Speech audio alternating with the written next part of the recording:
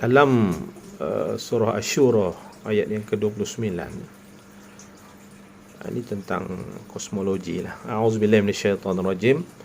Wa min ayatihi khalqus samawati wal ard wa ma batha fihima min dabbatin wa huwa ala jam'ihim idza yasha'u qadir.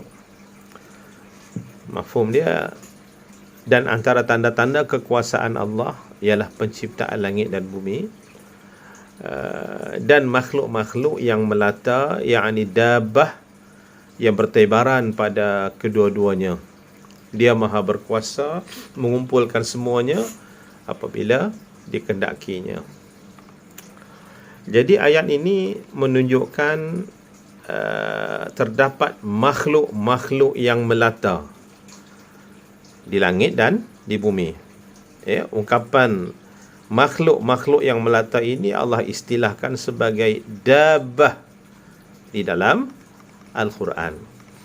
Dan kalau kita merujuk kepada A Dictionary of Modern Written Arabic oleh Hans Weher, dia kata perkataan dabbah itu bermaksud haiwan.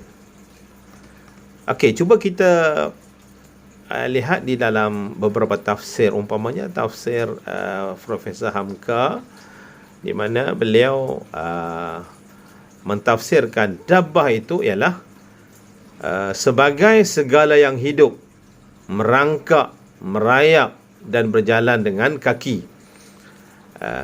Menurut Profesor Hamka, ayat ini menunjukkan wujudnya kehidupan di luar bumi.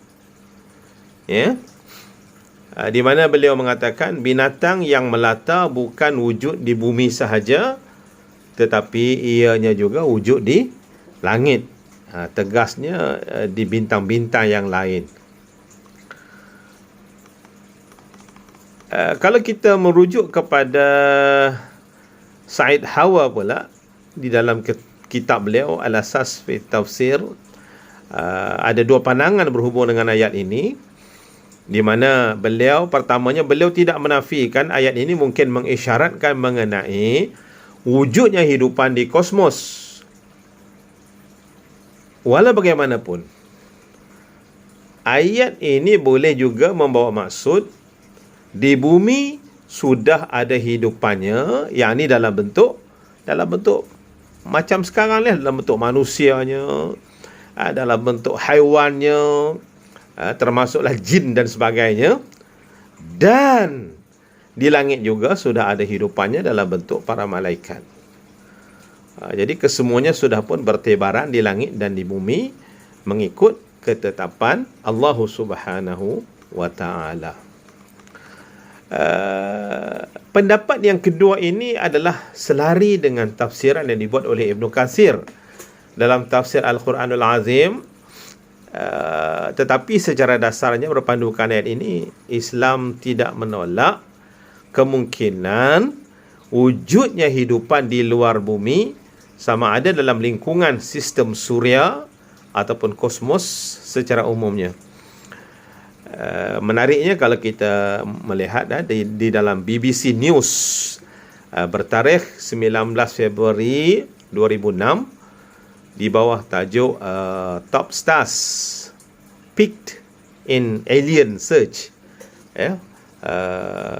penulis iaitu Paul Rinken melaporkan pakar astronomi iaitu Margaret Turnbull daripada Carnegie Institution of Washington, Amerika, mengenal pasti 5 bintang yang mungkin mengandungi hidupan di dalamnya. Ya, ini menurut saintis lah, menurut pengkaji. Yang saya nak highlightkan di sini bahawa ada kemesraan, keharmonian, ya, di antara apa yang dinyatakan di dalam Al-Quran seperti mana yang ditafsirkan oleh para ulama tadi. Begitu jugalah mengikut pengkajian saintis mutaakhir bahawa wujudnya kehidupan di kosmos.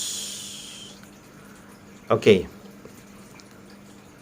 Sekian, terima kasih.